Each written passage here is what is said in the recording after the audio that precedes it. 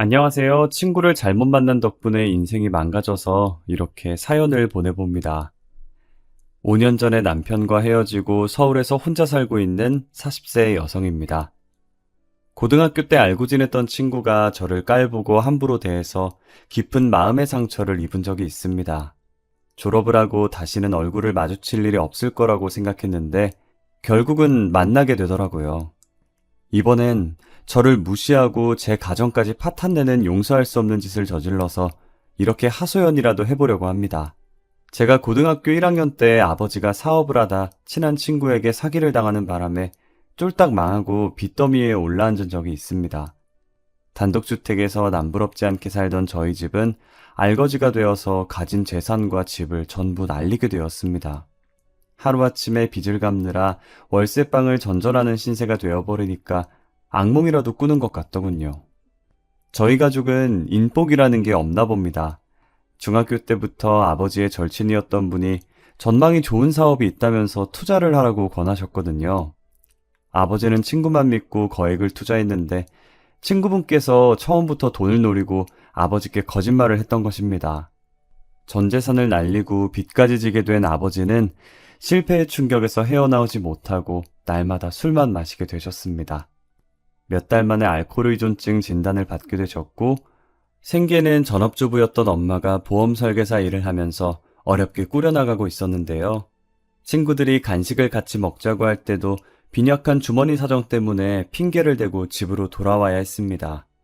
제가 가장 비참해질 때는 학교에서 여러 가지 이유로 돈을 내라는 고지서를 받을 때였는데요. 엄마 혼자 동분서주하면서 일을 해도 매달 생활비를 맞추기도 어려운 형편이었기에 저는 차마 고지서를 엄마에게 보여주지 못하고 숨겼습니다. 그러니 저는 급식비나 학급비 등을 반에서 가장 늦게 내는 염치 없는 학생이 되어버렸습니다. 2학년이 된 뒤에 수학여행 경비를 내라는 통지서를 받았지만 엄마에게는 비밀로 했습니다. 그 대신 담임 선생님을 찾아가 핑계를 댔죠. 선생님, 드릴 말씀이 있어요. 뭔데? 말해봐. 수학여행 안 가려고요. 아니 왜? 아버지가 몸이 안 좋으셔서 제가 곁에서 간호를 해야 돼요. 엄마가 일을 하시거든요. 그렇구나. 일단 알았어. 수업 들으러 들어가 봐. 저는 선생님께서 이것저것 캐묻지 않아서 다행이라고 생각했습니다. 그런데 며칠 뒤 종례를 마친 담임 선생님이 저를 교무실로 부르더라고요. 선생님은 저를 상담실에 앉혀놓고 조용히 물으셨습니다. 수경아, 솔직하게 말해. 집이 어려워서 그러니? 네? 갑자기요? 네가 저번에 수학여행 안 간다고 했잖아. 그래서 묻는 거야. 그런 거 아니에요. 진짜로 아버지께서 몸이 안 좋아서 그래요. 괜찮으니까 솔직하게 말해보렴. 선생님의 눈을 보니 어느 정도 제 사정을 다 알고 계시는 것 같았습니다. 그 말을 듣자마자 저는 얼굴이 불에 데인 것처럼 화끈거렸죠. 네 사정을 알아야 내가 도와줄 거 아니야. 전부 말해봐. 저는 망설이다가 선생님에게 전 재산을 모두 날리고 단칸방에서 엄마가 벌어오는 쥐꼬리 같은 돈으로 겨우 생활하고 있다고 털어놓았습니다. 수학여행 경비는 내가 내줄 거니까 같이 가자. 돈 때문에 학창시절의 마지막 추억까지 포기해야 되겠니? 선생님, 감사해요. 그래, 앞으로 힘든 일 있으면 숨기지 말고 선생님한테 말해야 한다? 선생님의 따뜻한 격려와 자상한 미소에 눈물이 왈칵 쏟아졌습니다. 선생님은 그런 저의 등을 다독이면서 격려해 주어서 그동안 참아온 눈물을 다 흘려버릴 수 있었죠. 겨우 눈물을 닦아내고 상담실에서 나오는데 밖에는 세희가 서 있었어요. 세희는 시치미를 떼고 가버렸지만 밖에서 제가 하는 말을 다 들은 것 같았습니다. 집으로 가는 내내 세희가 애들한테 말할까 신경이 쓰였습니다. 막상 집에 들어가 엄마가 저에게 종이 한 장을 내밀며 소리를 지르는 모습을 보니 그런 생각이 싹 사라지더군요. 들고 있는 종이를 살펴보니 제가 꽁꽁 숨겨두었던 수학여행비 고지서였습니다. 너 이거 왜 숨겼어? 엄마가 이 정도 돈도 없을 것 같아? 이젠 딸까지 나를 무시하는 거니? 난 엄마가 걱정할 것 같아서 말 안 했던 거야. 제가 억울한 마음에 말대꾸를 하니까 엄마는 제 등짝을 마구잡이로 내리치셨습니다. 이거사, 누가 너한테 돈 걱정하라고 했어? 넌 아무 걱정하지 말고 공부만 열심히 해. 엄마, 내가 어린애야? 나도 다 알아. 엄마는 매일 가계부 들여다보면서 땅이 꺼지도록 한숨만 쉬잖아. 어떻게 걱정이 안 돼? 저는 엄마를 걱정해서 안 가려고 마음먹은 수학여행인데 엄마는 오히려 충격을 받은 것 같았습니다. 삶에 찌든 주름진 얼굴과 퀭한 눈빛, 다크서클이 턱끝까지 내려온 어두운 낯빛으로 저를 보고 계시는데 금방이라도 눈물을 흘리려고 했죠. 엄마, 울지 마. 수학여행비는 선생님이 내주시기로 했어. 그런 거 신경 쓰지 말고 공부만 하라니까. 나는 엄마 걱정 끼치고 싶지 않아서 그랬어. 안 그래도 힘들어하는데 엄마한테 짐이 되고 싶지 않아서 그랬다고. 제가 울먹거리면서 소리치니까 어머니께서도 참아왔던 눈물을 흘리셨습니다. 돈 걱정 없이 남부럽지 않게 살던 예전이 너무 그립고 지금 신세가 너무 처량하고 서글퍼져서 또 눈물이 나오는 건데 엄마도 그랬나 봅니다. 그날 밤에 엄마와 저는 서로 껴안고 눈물을 펑펑 흘렸습니다. 그렇게 돈 때문에 끙끙 앓았던 수학여행 일이 잘 해결된 줄 알았습니다. 저도 다른 아이들처럼 재미난 추억을 만들 줄 알았는데 예상 밖의 일이 일어났습니다. 수학여행을 갈 수 있다는 기쁨도 아주 잠시였죠. 상담실 앞에서 제 이야기를 엿듣던 세이가 반 친구들에게 제가 거지라는 소문을 냈습니다. 세이는 제게 악감정을 가지고 있었는데 선생님과 한 상담을 듣고 이때다 싶어서 뒷담을 했나 봅니다. 몇 달 전에 일어난 환경미화 사건이 문제였죠. 제가 그때 아무 말 없이 세이 말을 들어줬어야 했나 봅니다. 그날은 학교 주위에 쓰레기들을 주워서 검사를 받고 집에 가야 하는 날이었습니다. 갑자기 세이가 다가와서 저에게 손을 내밀더라고요. 수경아, 네가 주운 쓰레기 좀 빌려줘. 쓰레기를 빌려달라니 그게 무슨 말이야? 그때는 여름이었고 엄청 더운 날이었어요. 다른 애들이 비지땀을 흘리면서 미화활동을 하는 동안 에어컨이 빵빵하게 나오는 카페에 죽치고 앉아서 농땡이를 치다가 제게 쓰레기를 달라고 하는 겁니다. 그래서 저는 딱 잘라서 거절을 했죠. 실컷 놀다가 와서 선생님을 속일 생각이야? 지금이라도 청소를 하든지 선생님한테 야단을 맞든지 네가 알아서 해. 야, 쓰레기 좀 줄 수 있지. 그게 그렇게 어렵니? 쓰레기를 줍는 게 쉬운 일 같아? 그럼 좀 줍지 그랬어. 뭐 이런 게 다 있어? 제가 속 시원하게 한마디 하니까 옆에서 지켜보고 있던 애들이 비웃더군요. 세이는 평소에 이런 얌체 같은 짓을 많이 해서 아이들의 미움을 받곤 했습니다. 애들이 저보고 잘했다고 귓속말을 하니까 세이가 성질을 내면서 자기랑 친한 애들을 데려왔습니다. 유치하게 제 앞에서 대놓고 욕을 하기 시작하더라고요. 지가 뭐라도 되는 줄 아나 봐. 전부터 말하는 게 재수없는 게 얼굴도 짜증나게 생겼잖아. 이런 식으로 저를 힐끔힐끔 쳐다보면서 유치하게 굴었습니다. 그래서 저는 선생님에게 가서 세이가 미화활동을 안 했다고 말했죠. 당연히 선생님께서 화를 내면서 세이를 찾아갔고 세이는 혼자 쓰레기를 줍고 다녀야 했습니다. 그것 때문에 제게 앙심을 품은 것 같았습니다. 별거 아닌 일이었지만 그거 말고는 세이와 부딪힌 일이 없었거든요. 상처받으라고 던진 말인데 제가 들은 척도 안 하고 친구들과 잘 지내니까 복수심이 불타올랐나 봅니다. 세이가 퍼뜨린 소문 덕분에 제 별명은 땅거지가 되어버렸죠. 거지라는 수치스러운 꼬리표는 제가 고등학교를 졸업할 때까지 따라다녔습니다. 세이가 너무 괘씸했지만 저는 참는 것밖에 방법이 없었습니다. 저랑 친하게 지냈던 애들한테 너도 거지라서 수경이랑 같이 다니는 거냐고 놀리는 건 기본이었습니다. 잠깐 말이라도 붙이려고 하면 야야, 쟤 거지랑 이야기한다. 곧 거지 냄새 나겠네. 이런 식으로 애들을 굴림하고 다녔습니다. 세이가 이럴 수 있었던 이유는 세이 집안 덕분이었죠. 아버지가 큰 기업의 부사장이었고 엄마도 온라인 쇼핑 사업을 크게 하고 있다고 했습니다. 그리고 확실하지는 않지만 세이 아버지가 저희 학교 교장 선생님과 동문이라는 소문도 있었습니다. 돈이 많은 세이에게는 친구들이 자연스럽게 따랐고 여왕처럼 구는 일이 많았습니다. 오죽했으면 반 애들이 세이 친구들을 시녀라고 했을까요? 그래서 괜히 세이와 맞섰다가는 왕따가 되어서 집단 괴롭힘을 당할 수 있었습니다. 그래서 저는 졸업할 때까지 세이의 괴롭힘을 견디고 있어야 했죠. 고등학교 졸업 후엔 바로 취업을 했습니다. 엄마는 등록금 같은 건 걱정하지 말고 대학에 들어가라고 했지만 또래 아이들과 지내기 싫어졌습니다. 끼리끼리 놀며 무리를 짓다가 자기 입맛에 안 맞으면 내쳐지는 경험을 또 겪을 수가 없었거든요. 게다가 가난이란 굴레에 발목이 잡혀서 대학 생활을 하고 싶지 않았습니다. 사회로 뛰어들어 얼마간이라도 생활비를 벌기로 작정했던 거죠. 두어 달 동안 여러 회사에 이력서를 내고 면접을 보다가 겨우겨우 한 물류회사의 격리직으로 일하게 되었습니다. 격리를 해본 경험은 없죠? 네, 하지만 열심히 배우겠습니다. 제 말에 면접을 보던 담당자가 피식 비웃더라고요. 여긴 회사지 학교가 아니에요. 가르쳐가면서 일을 시킬 사람이 필요한 게 아닙니다. 순간 저는 말실수를 했다는 걸 깨달았고 이번에도 틀렸구나 하는 생각이 들어서 포기하고 가만히 있었습니다. 좋아요. 창고 관리하는 일이라 크게 어렵지는 않을 거예요. 대신 급여가 좀 약한데 괜찮아요? 네? 네, 기회만 주신다면 열심히 하겠습니다. 그럼 내일부터 출근해요. 그렇게 제 인생에서 처음으로 직장 생활을 하게 되었습니다.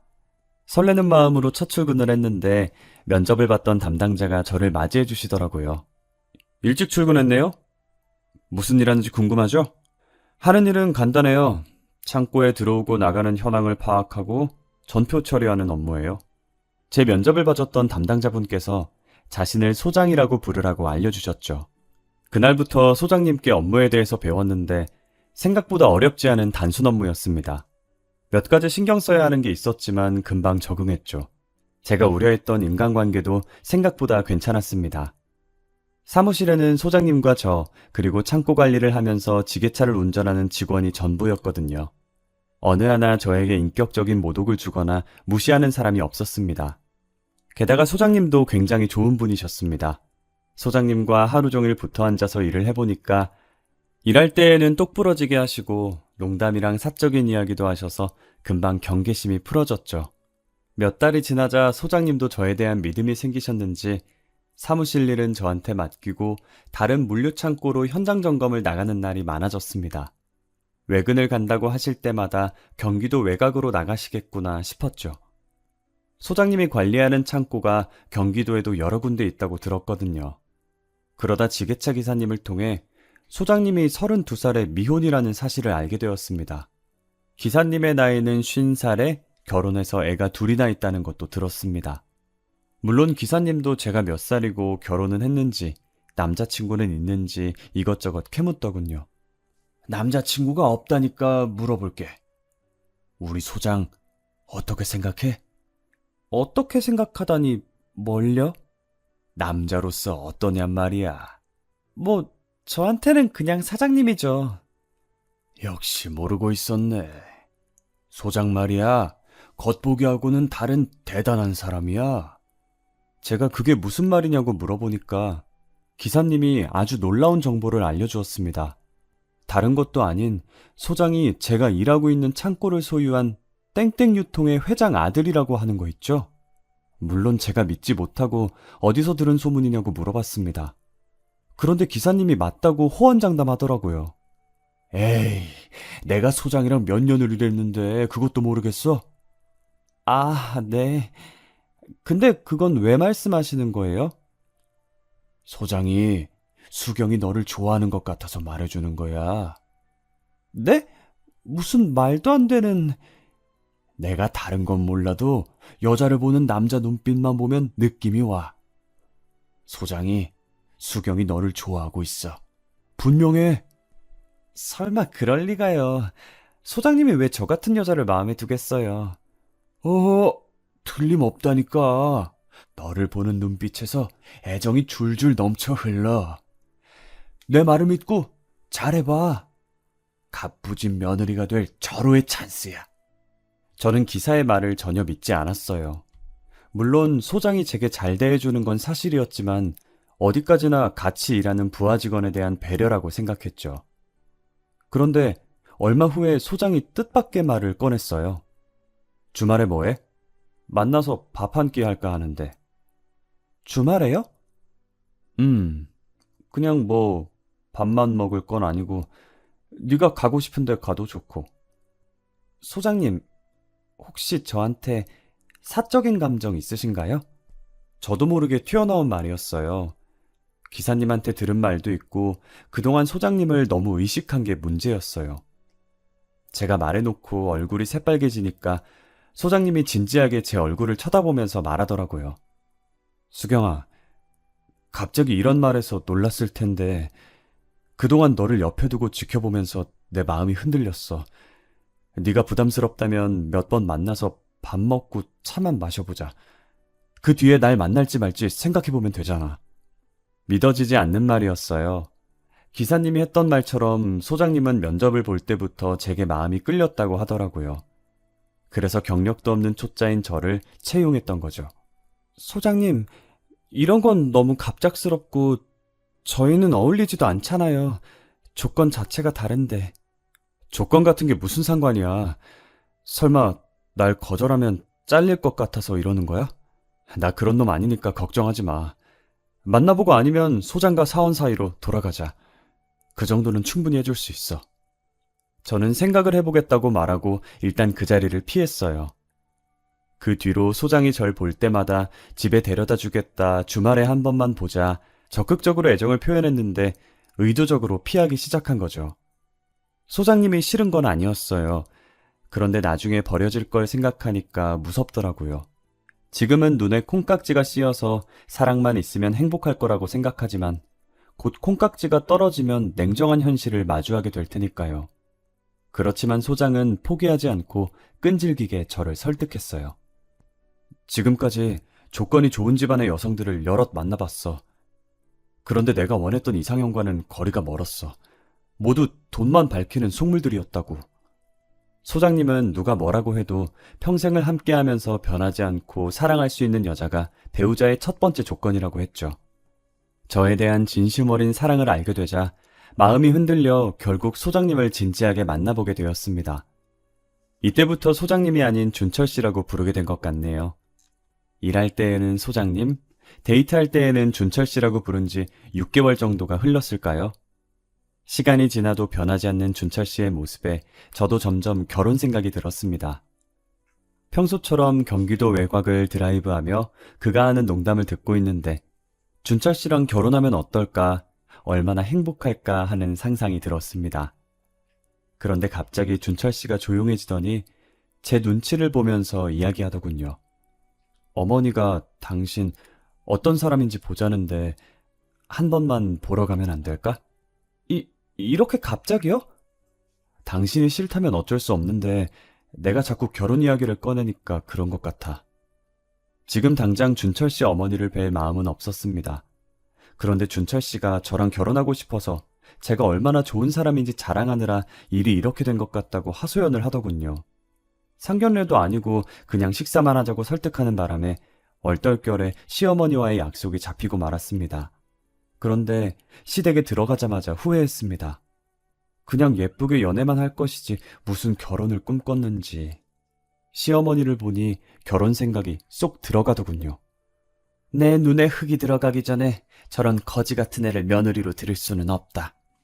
시어머니께서 저를 보자마자 돌아앉아서 얼굴도 보지 않으셨거든요. 제가 마음이 상한 게 눈에 보였는지 준철 씨도 지지 않고 단호하게 나왔습니다. 결혼은 내가 하는 거야. 엄마가 아무리 반대해도 난 수경이 만날 테니까 허락해줘. 시어머니가 저를 앞에 두고 막무가내로 나오니 준철 씨도 화가 난 것 같았습니다. 시어머니는 그런 준철 씨를 보고 헛웃음을 짓더군요. 준철이 네가 아주 미쳐도 단단히 미쳤구나. 그동안 내로라 하는 집안의 여자들을 전부 차버리더니 고작 데리고 온 게 고졸에 돈도 없는 애냐? 당장 그만둬라. 시어머니는 하늘이 무너져도 교제는 안 된다고 딱 잘라 말했어요. 그러자 준철 씨가 그날부터 단식 투쟁을 시작했습니다. 결혼 허락을 못 받으면 굶어 죽을 거야. 저는 하지 말라고 말렸죠. 당신이 드라마 주인공도 아니고 어머니가 말렸으니 몰래 만나자. 그럼 된 거 아니냐. 설득해봐도 소용없었습니다. 준철 씨에게 그런 면이 있는 걸 처음 보았습니다. 고집이 센 어머니를 꺾기 위해서는 연기하는 방법밖에 없다는 거 있죠? 진짜로 안 먹겠다는 거 아니야. 내가 한 끼라도 안 먹으면 죽는 줄 아는 사람이야.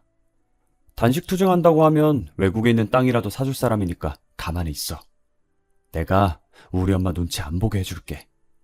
안 먹는 척 연기를 하며 어머니의 허락을 얻겠다는 거였습니다. 그러면서 시댁살을 시키면 이렇게 단식 투쟁하며 끊어내겠다는데 이게 과연 먹힐까 싶더군요. 그런데 진짜로 먹혔습니다. 처음에는 준철 씨의 단식 투쟁에 시어머니가 코웃음을 쳤지만 일주일을 넘기자 불안해졌는지 두 손 두 발을 다 들더군요. 그래, 내가 졌다.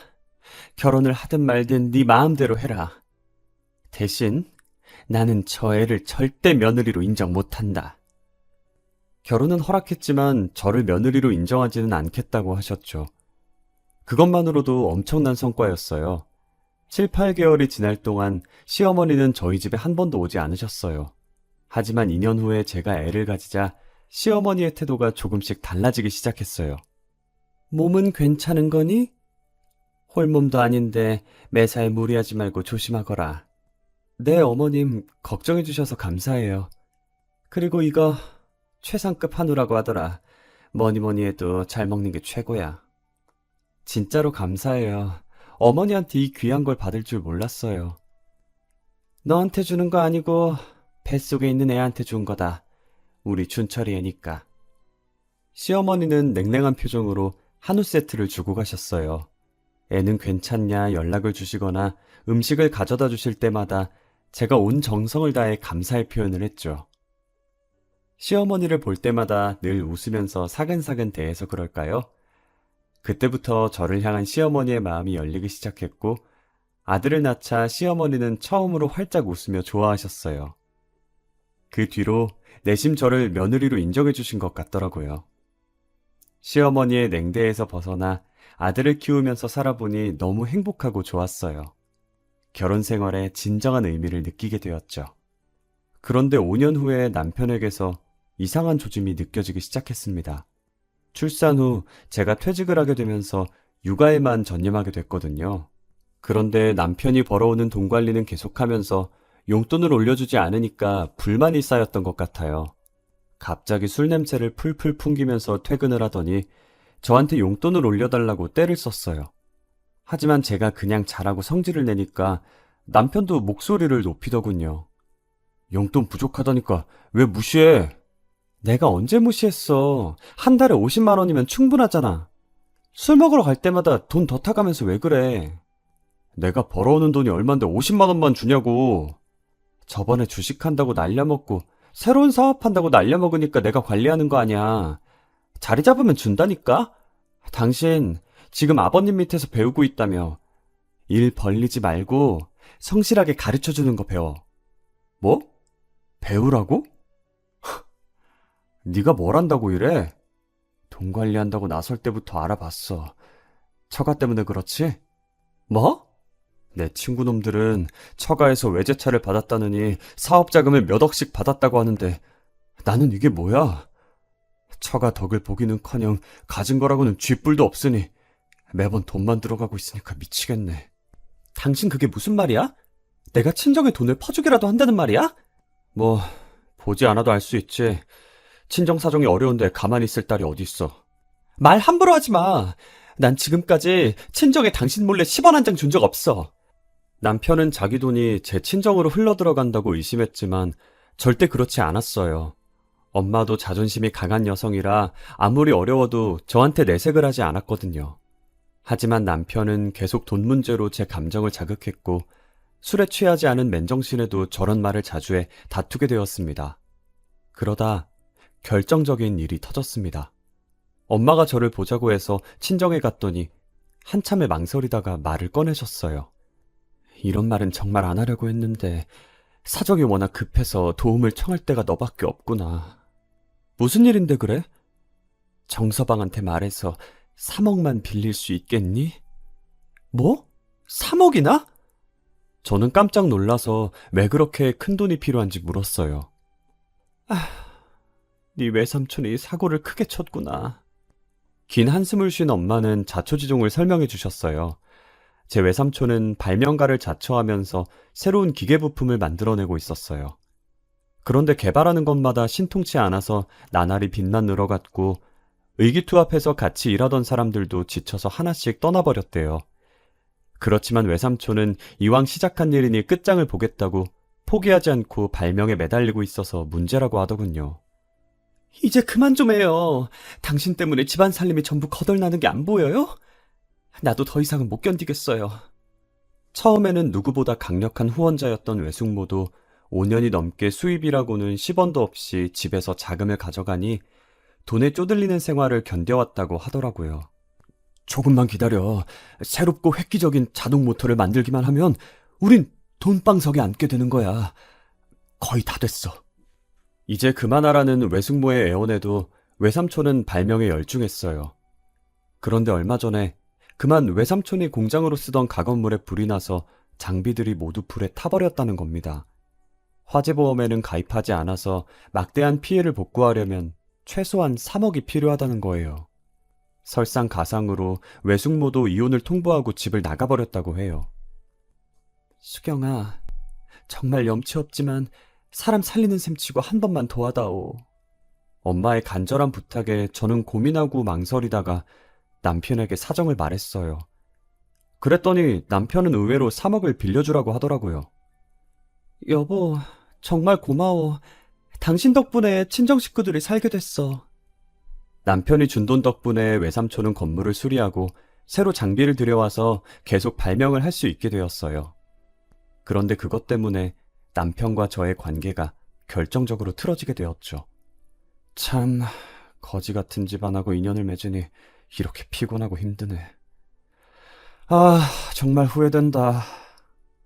남편은 수시로 저와 결혼한 걸 후회한다는 말을 대놓고 했어요. 처음에는 참았는데 거듭되자 저도 참지 못하고 말다툼을 하게 되었죠. 당신 말이 너무 심한 거 아니야? 나는 뭐 후회 안 하는 줄 알아? 이렇게 자기만 생각하는 놈인 줄 알았으면 결혼 안 했어. 뭐? 결혼을 안 해? 내가 지금 해준 게 얼마인 줄은 알아? 물에 빠진 놈 건져놓으니 보따리 내놓으란 격이네. 그렇게 후회되면 이혼하던가. 내가 겁낼 줄 알아? 당신한테 무시당하는 것도 이제 지겨워. 저도 악에 받쳐서 이혼하자고 소리를 지르고 친정으로 와버렸어요. 엄마는 괜히 자기 때문에 제가 이혼이라도 하게 되는 건 아닌지 안절부절 못하더라고요. 남편은 친정에 찾아오기는커녕 전화조차 하지 않았어요. 그리고 며칠 뒤에 집에 가자 남편은 아무 말 없이 이혼 서류를 제게 내밀더군요. 많이 생각해봤는데 우린 이쯤에서 갈라서는 게 맞는 것 같아. 서로 너무 안 맞아. 뭐? 당신은 이혼이 그렇게 쉬워? 당신이랑은 쉬워. 당신 자식은? 이혼 가정으로 키울 건 아니잖아, 응? 지금 화가 많이 나서 이러는 것 같은데 다시 한번 생각해보자. 제가 저자세로 남편을 설득해봐도 똑같았어요. 저를 냉랭한 눈빛으로 쳐다보는데 연애 시절 다정하게 바라봐주던 그 준철 씨가 아니더군요. 게다가 제가 이혼을 결심하게 된 이유는 그 3억 때문이었습니다. 3억 갚을 수 있어? 그럼 당신이랑 같이 살고 아님 이혼하고. 지금 나 협박하는 거야? 3억 갚을 능력도 없으면서 무슨 낯짝으로 나랑 결혼하겠다고 마음먹은 거야? 세상 물정 모르니 남편 지갑이나 붙들고 사는 거겠지. 내가 어쩌다 김치녀랑 결혼하게 됐을까. 그 뒤로 중얼거리는 목소리가 아직도 잊혀지지 않습니다. 얼마나 충격을 받았는지 이 말이 아직도 기억에 남네요. 사랑의 콩깍지가 벗겨진 남편을 보니 얼른 이혼해야겠다는 생각이 들더군요.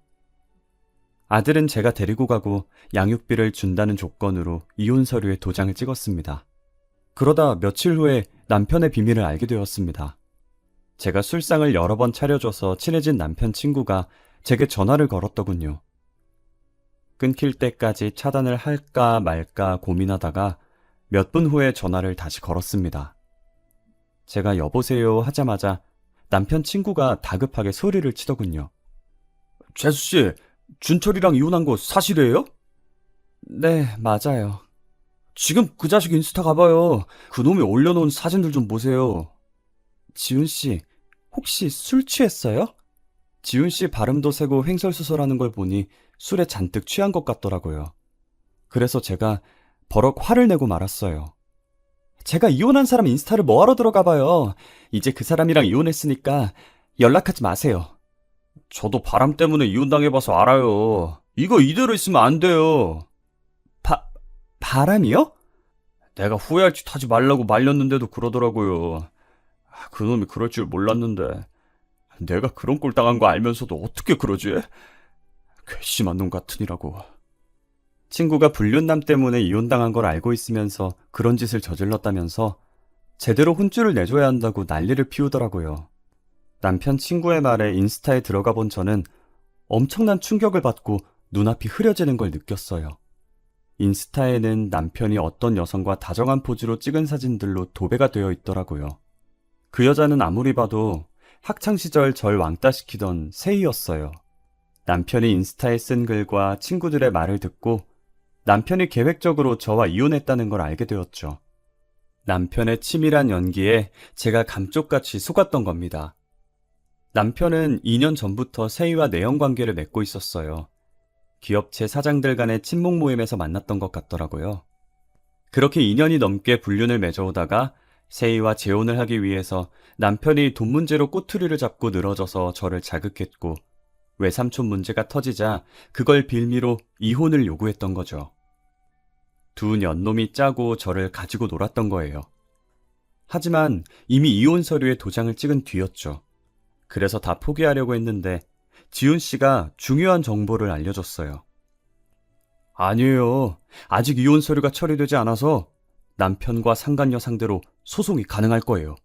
지훈 씨 말만 믿고 지푸라기라도 잡는 심정으로 만날 수 있는 변호사는 다 만나봤어요. 그 중에서 제일 좋은 변호사와 함께 소송 준비를 맡겼어요. 그리고 세희를 만났죠. 최소한의 양심이 있다면 제게 사과를 할 거라고 생각했거든요. 그런데 세희는 여전히 저를 무시하고 깔보고 있더군요. 만나기로 한 카페에 들어오자마자 가방을 획 던져서 자리에 놓더니 건방지게 다리를 꼬고 앉았어요. 나를 왜 만나겠다고 한 거야? 예전부터 나한테 왜 그래? 일부러 이러는 거야? 예전부터? 아, 그때 일 아직도 기억해? 정말 별거 아닌 일이라는 듯 저를 비웃고 있더군요. 억울해서 눈물을 흘릴 것 같아 고개를 숙이고 있으니 세희가 웃음을 터뜨리기 시작했어요. 협박이라도 하려고 나 부른 거야? 내가 뭐 예전에 왕따 시켰고 계획적으로 접근해서 네 남편 뺏었다고? 네가 나를 아주 만만하게 보는 모양인데 내 오빠가 유명 로펌의 수석 변호사야. 어디 두고 보자. 내가 너를 아주 잘근잘근 씹어먹어 줄게. 거지 주제에 별말을 다 하네. 고작 그런 말 하려고 불렀어? 전혀 무섭지 않다는 표정으로 절 보더니 획 나가버리더군요. 저는 불꽃이 튀는 눈으로 그녀를 노려보면서 전의를 불태웠습니다. 그런데 소송은 생각보다 오래 끌었어요. 그래서 소송이 끝나기도 전에 남편과 저의 이혼 절차가 마무리되고 말았어요. 한마디로 저의 패배였죠. 이혼하고 남남이 되었는데 전 남편이 뭘 했든 따질 권리가 저한테는 없다는 거예요. 전 남편에게 바보같이 속은 제가 어리석었던 겁니다. 그렇게 조용히 아들만 키우면서 억울하고 분한 마음을 달래가고 있는데 다행히 외삼촌께서 하던 발명이 초대박을 쳤습니다. 그렇게 공을 들이던 획기적인 전동모터 개발에 성공한 겁니다. 외삼촌은 특허를 신청했고 신제품 경진대회에 출품했는데 놀라운 성능의 대기업들이 서로 계약을 하겠다고 몰려든 거죠. 외삼촌은 가장 좋은 조건을 제시한 기업과 생산 계약을 맺었고 엄청난 로열티를 받게 되었다고 합니다. 별 볼 일 없던 발명가가 하루아침에 돈방석에 앉았고 대기업의 임원이 되어서 하청기업을 운영하게 된 거죠. 외삼촌은 제게 카페를 하나 차려주셨어요. 외삼촌이 운영하는 기업은 대기업의 전폭적인 지원을 받아서 하루가 다르게 성장하더니 베트남과 동남아에 생산 공장을 만들 정도로 규모가 커졌거든요. 외삼촌 덕분에 저희 집안 형편도 나아지게 되었죠. 그리고 3년 후에 외삼촌이 재혼을 하겠다고 선언했습니다. 아주 세련되고 교양이 넘치는 여자야. 한 가지 흠이라면 나이가 좀 어리다는 거야. 수경이 너랑 동갑이거든. 그게 무슨 대수야. 돈 많고 능력 있는 남자에게 나이 같은 건 문제가 안 돼. 저는 외숙모가 될 여성이 저와 동갑이란 점이 마음에 걸렸지만 겉으로는 태연한 척했어요. 며칠 뒤 외삼촌의 여자친구를 소개받는 자리를 갔을 때에는 태연한 척할 수 없었습니다. 심장이 얼어붙을 정도로 놀라고 말았거든요. 외숙모가 될 여성은 세희였습니다. 그런데 세희는 눈 하나 깜짝하지 않고 저를 보면서 여유있게 웃어보더군요. 수경아, 우리 또 만났네?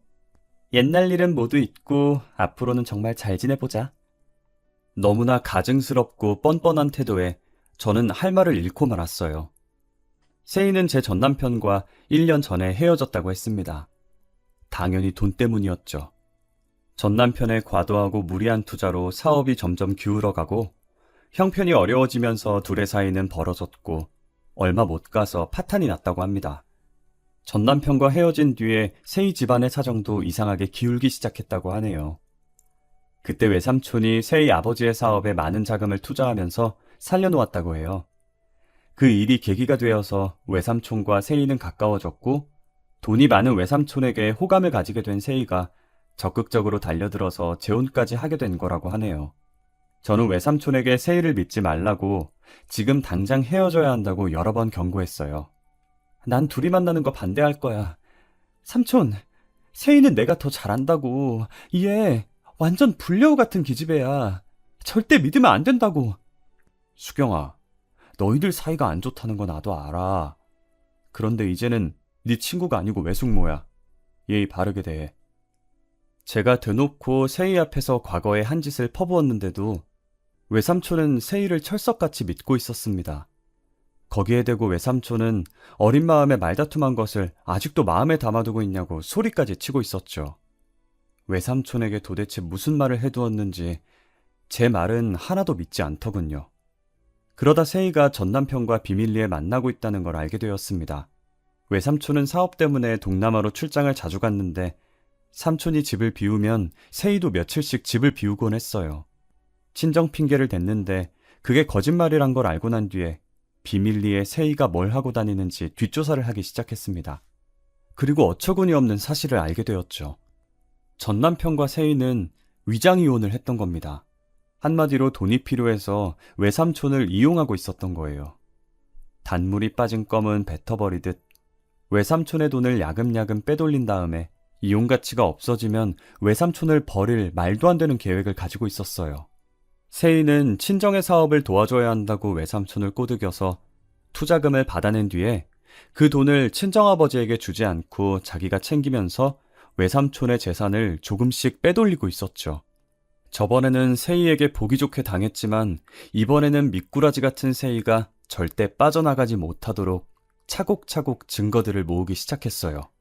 몇 달 뒤에 모아둔 확실한 증거들을 동남아 출장에서 돌아온 외삼촌에게 줬습니다.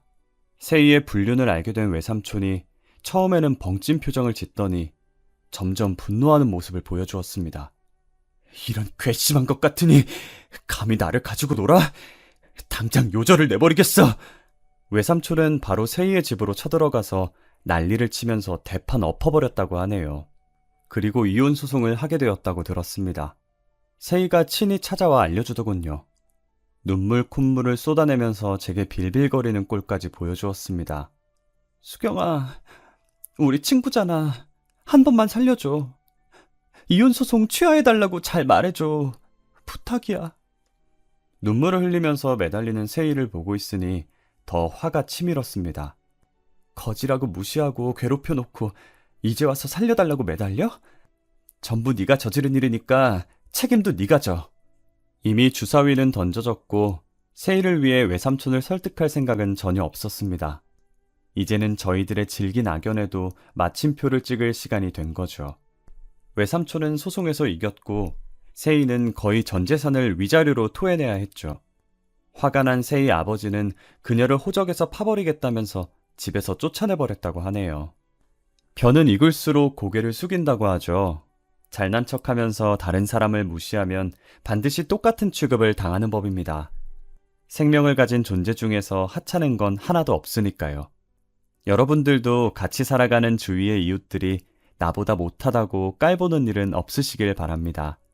여러분의 가정에 기쁨과 행복이 함께하기를 바라며 이만 글을 마치겠습니다.